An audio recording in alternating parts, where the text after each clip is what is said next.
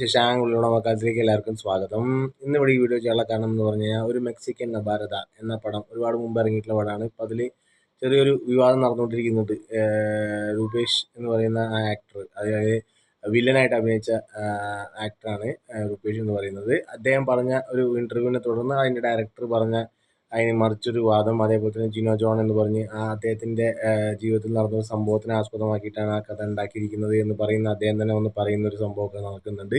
ഇത് രണ്ട് മൂന്ന് കാര്യങ്ങളാണ് എൻ്റെ വ്യക്തിപരമായ അഭിപ്രായം എനിക്ക് പറയാനുള്ളത്. ഒരു മെക്സിക്കൻ അപാരത എന്ന് പറഞ്ഞ സംഭവം നമുക്ക് ആ ഇറങ്ങിയ കാലഘട്ടത്തിന് അറിയാം. അത് ഒറിജിനലായിട്ട് അന്ന് തന്നെ പ്രചരിച്ചിട്ടുണ്ടായിരുന്ന ഒരു കാര്യമാണ്. മഹാരാജാസ് കോളേജിൽ ഈ ജിനോ ജോൺ എന്ന് പറയുന്ന അദ്ദേഹം ചെയർമാനായിരുന്ന കാലത്ത് നടന്നൊരു സംഭവത്തിനെ ആസ്പദമാക്കിയിട്ടാണ് അത് ചെയ്യുന്നത്. പക്ഷേ സിനിമയ്ക്ക് കഥ വന്നപ്പോൾ ആ കഥയെ എങ്ങനെ മാർക്കറ്റ് ചെയ്യണം എന്നുള്ളതിനെ കുറിച്ചുള്ള ചിന്ത വന്നപ്പോൾ അത് തിരിച്ചിട്ടാലെയാണ്, അതായത് ഇടതുപക്ഷ ഹീറോവും അതേപോലെ തന്നെ വലതുപക്ഷ വില്ലനും, അതായത് വലതുപക്ഷ വില്ലനും ആയാൽ മാത്രമേ അത് കേരളത്തിൽ ഓടുകയുള്ളൂ. അല്ലെങ്കിൽ ഇടതുപക്ഷ അനുഭവമുള്ള ക്യാമ്പസുകൾ, അതേപോലെ തന്നെ വിദ്യാർത്ഥികളെ നമ്മൾ ടാർഗറ്റ് ചെയ്യുമ്പോൾ തന്നെ അവിടെ ഏറ്റവും കൂടുതൽ വേരോട്ടമുള്ള വിദ്യാർത്ഥി പ്രസ്ഥാനം എന്ന് കരുതുന്ന ഇടതുപക്ഷ പ്രസ്ഥാനത്തെ പ്രീണിപ്പിക്കണം അല്ലെങ്കിൽ ഗ്ലോറിഫൈ ചെയ്താൽ മാത്രമേ പടം ഓടുള്ളൂ എന്നുള്ള പച്ചയായ സത്യം ജിനോ ജോൺ പറയുന്നുണ്ട്.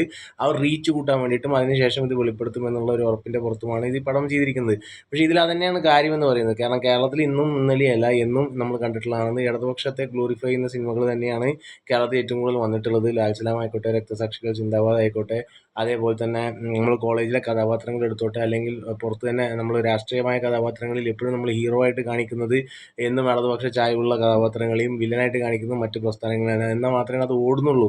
അതൊരു വസ്തുതയാണ്. കുറച്ചും കൂടി മാറ്റി ചിന്തിക്കാം എന്ന് വിചാരിച്ചു കഴിഞ്ഞാൽ പടം പൂട്ടും എന്നുള്ള കാര്യം ഉറപ്പാണ്.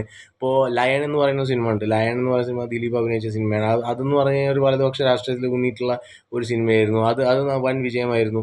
അതേപോലെ തന്നെ വലതുപക്ഷ, അതായത് വേറെ പാർട്ടിയുടെ ആംഗിളിൽ വെച്ച് ചെയ്ത സിനിമകളുണ്ട്. പക്ഷേ ഈ ഒരു മെക്സിക്കൻ അപാരത എന്ന് പറഞ്ഞ ചിത്രം എന്ന് പറയുന്നത് ഏറ്റവും കൂടുതൽ വൈറലായി ഉണ്ടായിരുന്നത് കൂട്ടം കൂട്ടമായി നമ്മുടെ ഇടതുപക്ഷ വിദ്യാർത്ഥി പ്രസ്ഥാനത്തുള്ളവർ പോയി കൊടിയും പിടിച്ച് അവിടെ മുദ്രാവാക്യം വിളിച്ചുകൊണ്ട് തന്നെയാണ് ആ പടം ഹിറ്റായിരിക്കുന്നത്.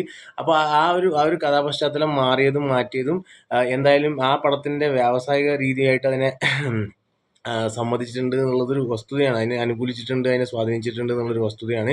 അപ്പോൾ അത് അംഗീകരിക്കുന്നതുകൊണ്ട് തെറ്റൊന്നുമില്ല. കാരണം കേരളത്തിലൊരു എക്കോസിസ്റ്റം, ലിബറൽ എക്കോസിസ്റ്റത്തിൽ അങ്ങനത്തെ ഒരു കാര്യം മാത്രം ചെയ്യാനുള്ള ഗഡ്സാണ് അവിടുത്തെ ഒരു എന്താ പറയുക, നമ്മുടെ ക്രിയേറ്റീവ് ആളുകൾക്ക് ഉണ്ടായിട്ടുള്ളൂ. കാരണം നമുക്ക് വിമർശിക്കണം എന്നുണ്ടെങ്കിൽ ഇടതുപക്ഷത്തെ വിമർശിച്ചുകൊണ്ടൊരു സിനിമയും കേരളത്തിൽ അത്ര പെട്ടെന്ന് ഇറങ്ങാൻ കഴിയില്ല. ലെഫ്റ്റ് അതിനൊരു എക്സാമ്പിളാണ്.